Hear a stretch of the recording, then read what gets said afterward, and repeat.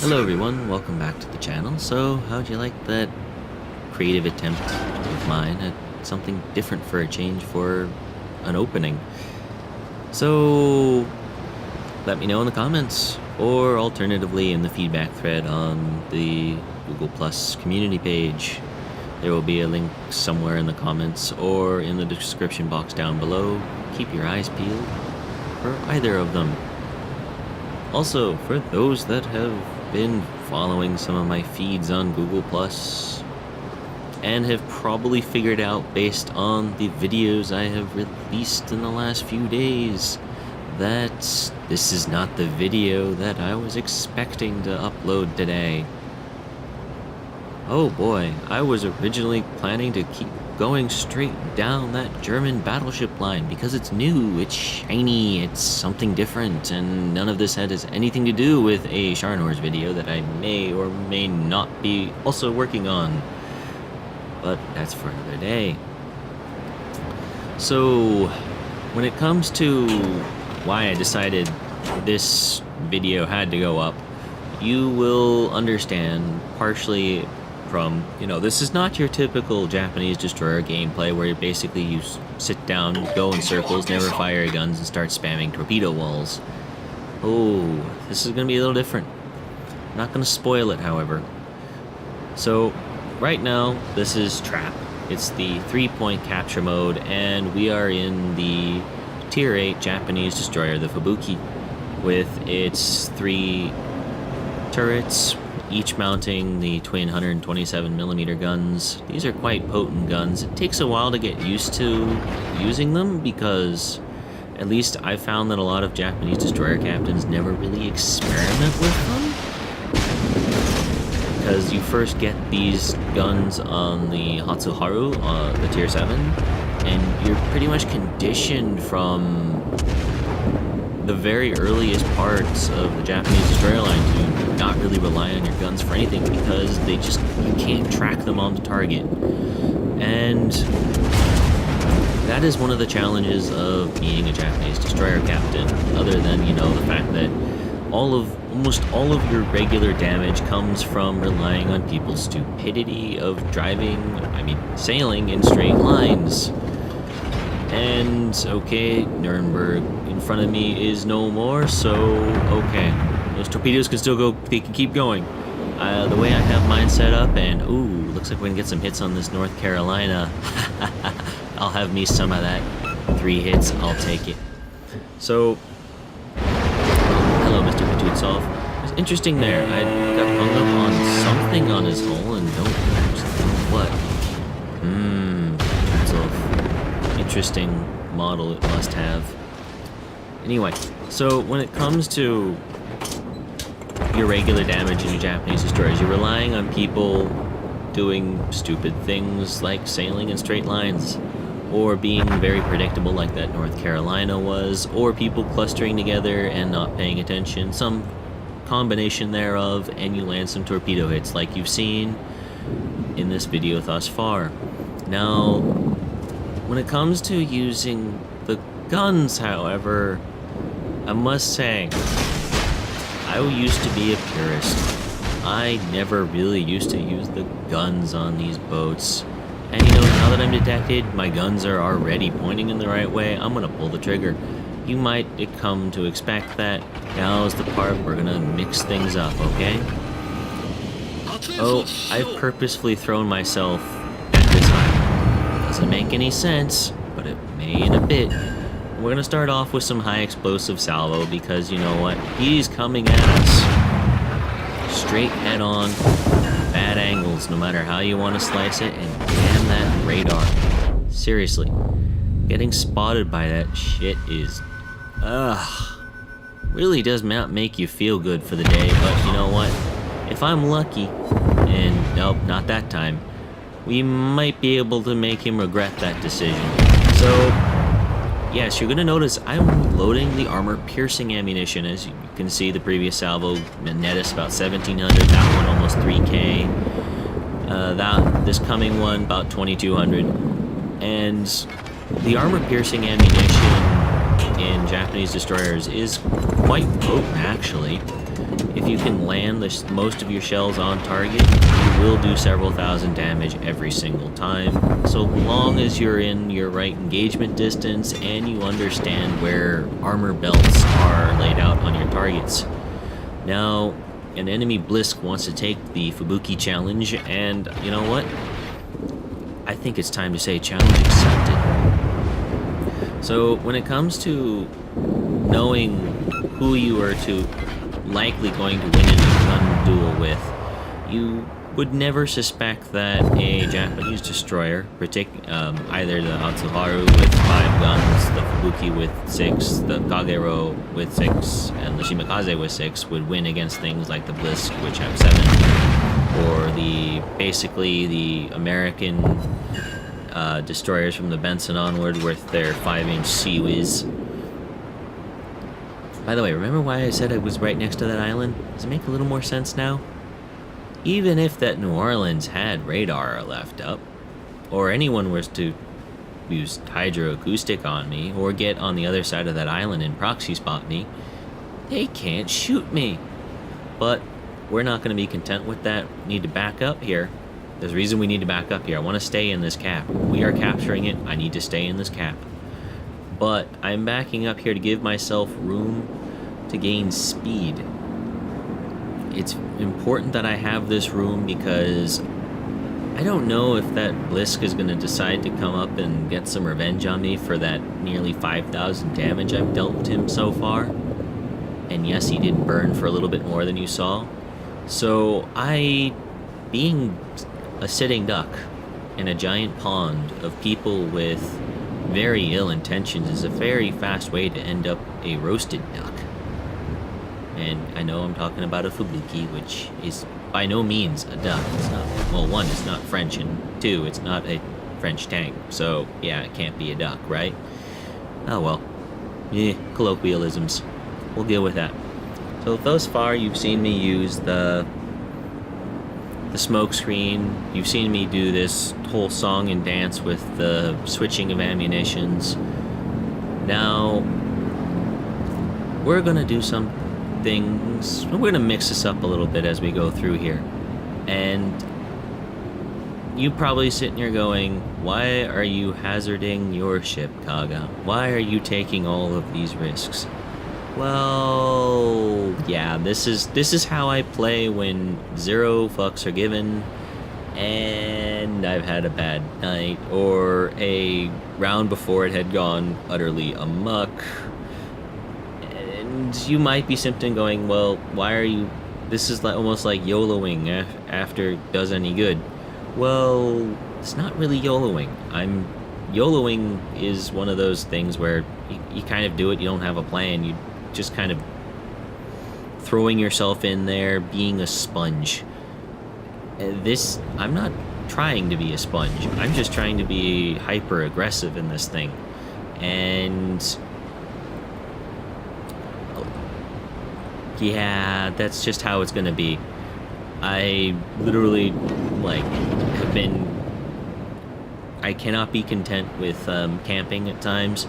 And I'd had one of those teams before going this one, and I'd had some pent up, I need to get out and get in the enemy's face, and, you know, this is perfect opportunity for that.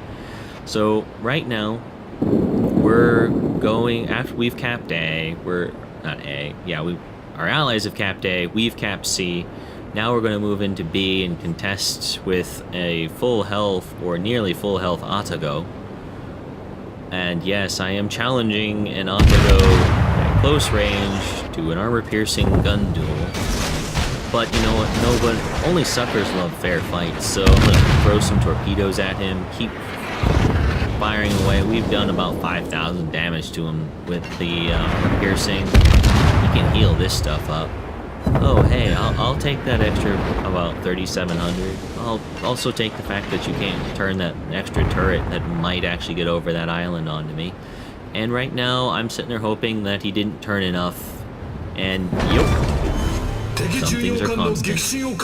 In World of Warships, it's that people either underturn or overcorrect and oversteer when it comes to torpedoes. Either way, glorious, glorious experience. Glorious, glorious. And I do mean glorious credits for that. So right now, I'm going to imagine for a second, since I know that the destroyer to the south is that Fubuki, or the enemy Fubuki, and what we have here are the case where either that New Orleans is somehow pushing back our allies in battleships, entirely plausible since he just got the Confederate award, and there is at least one destroyer with him. I'm gonna take a bet the other one's there with him too. Just being a little smarter about it and not firing his guns because, you know, maybe he's a little lower on health, maybe he isn't spotted by dive bombers. It's hard to say. Now, I'm gonna go ahead, I'm gonna make my approach behind this, using this island up here to get close as possible to the New Orleans, and it's not for the reason you might suspect. Because you might go, well, what are you doing? You're not going to get spotted by him from here. And if he uses radar, well, it's not going to make a difference, right? Well, that yes and no. I don't know the exact location of the other destroyer. And if he comes around that corner, if he comes around that corner, or I should say that island, then I am in a very bad position where the New Orleans can shell me all day long and I can't really effectively return fire. By using that island to mask my approach, even if I was spotted, the New Orleans would be powerless to do anything to me. But, okay, we're not detected for our mischief, and it's time to start pumping some high explosive love into that New Orleans. Unfortunately, an ally picks up the kill. I wish I had managed to get that one at the end. Alright, enemy Blisk wants to retake the Fubuki challenge. It's just that the health is still in my favor. We knock out his engine. Glorious. So, he's turning in, coming off like that. Okay, he's probably getting ready to repair. He's going broadside. Destroyers going broadside never make me feel easy in any type of ship, because it always means, without any hesitation in my mind, that they're going to launch torpedoes. So that's why I'm doing this back and forth on the rudder, to try to buy myself time, engage him at the same time I'm putting distance between where I was going to be and where I want to be and where I will be. And yes, those are three different things in this case, and it all comes down to the fact that I was looking at the mini-map, and I spotted the enemy carrier. And he was coming my way. In fact, he should be on the other side of this island about now. Oh, please tell me he's turning out so I can put some armor-piercing citadels into him. Please tell me yes, yes, yes. No. Damn it. Now, in hindsight, I probably should have aimed that one a little higher on the ship instead of going for the interior structure. Should have gone for the hangar structure instead, but you know what? We gave him a face full of torpedoes and then some. Because it's no kill like overkill. Especially when it comes to torpedoes.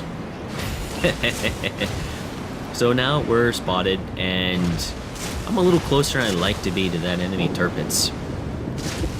So I need to be a little bit careful. Oh, nice. He would have had some really good RNG if he was aiming that correctly. And I would probably be anywhere from 3,000 to 8,000 health lower than I am now. And that would put me very, very, very low on health. In which I would then have to retreat, having done this amount of damage. Fortunately for me, I can keep going. So there's a few things going on in my mind. Right now is he's expecting me to do one thing. How do I change it up on him? One option is to literally turn around, but I see that enemy destroyer up there putting a big old wrench in my plans because I'm going to get detected. I'm going to have nowhere to turn. I'm going to be sandwiched right up there on that wall because I want to avoid being in detection range of either of these for as long as possible. So, unfortunately, I get those torps off, and I'm spotted as the last clutch hits the water. Alright. Oh, wow. Armor-piercing citadel did that No, not Citadel. Armor-piercing ammunition did that much damage to the turrets at this range. Oh,